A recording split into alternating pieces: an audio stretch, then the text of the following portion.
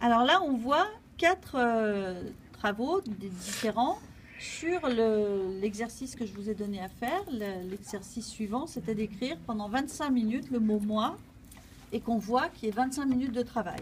Est-ce que dans ces travaux, on voit qu'il y a 25 minutes de travail? Oui. Alors vas-y, tu peux nous dire pourquoi?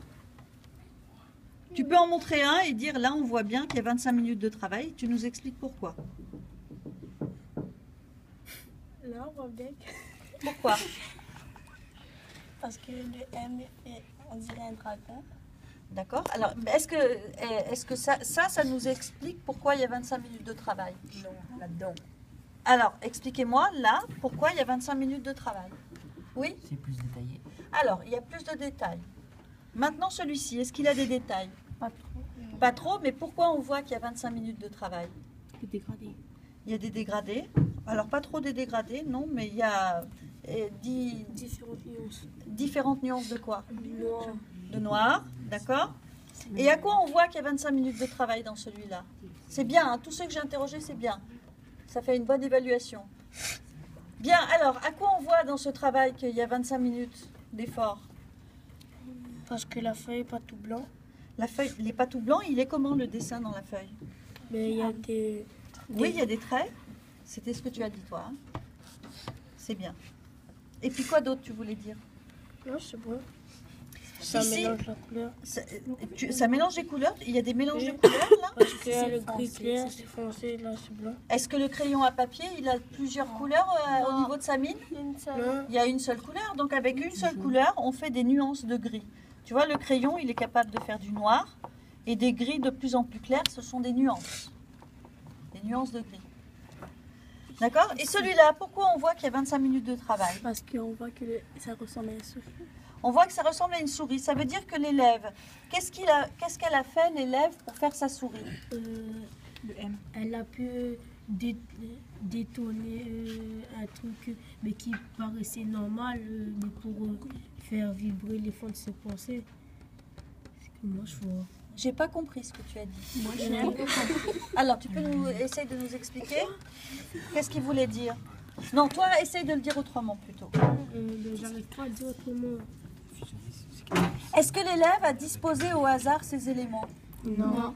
Comment on appelle en art plastique quand on organise des éléments de manière très précise, les détails, le tout, les parties, quand on les organise et qu'on les met ensemble de manière très précise, très ordonnée? Oui, c'est bien ce que tu as dit, très ordonnée. Alors, l'ordre, ordre, c'est le même mot que la famille d'ordonnée, tu es d'accord? Oui. Donc, on peut dire qu'il y a de l'ordre. Un mot en art plastique qui explique qu'il y a de l'ordre dans un travail, ça s'appelle comment? La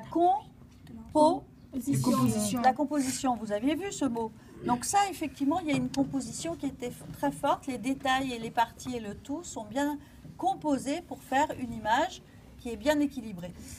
Enfin, elle aurait pu être déséquilibrée aussi dans une forme tout à fait composée. Maintenant, celui-ci, pourquoi on voit qu'il y a 25 minutes de travail? Beaucoup de détails. Il y a beaucoup de détails, c'est bien. On vient de voir un mot là, ici. Composition. La composition, ici, est importante aussi. Et le trait, il est fait comment? Quelle est la différence entre ce trait ici et ce trait là fait au compas? Est-ce que c'est le même trait? Non. Quelle est la différence entre ces deux traits? Vas-y, tu veux parler? Il est repassé.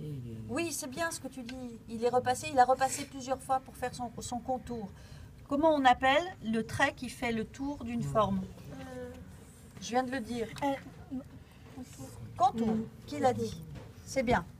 Bon, donc vous allez reprendre votre travail. Et maintenant, il y a une chose que tout le monde a fait, qui est la même, qui est identique, c'est quoi? Moi. Le mot? Moi. Après, tout le monde a utilisé quoi dans la main pour faire le travail? Le crayon à papier. Le crayon à papier. Et puis?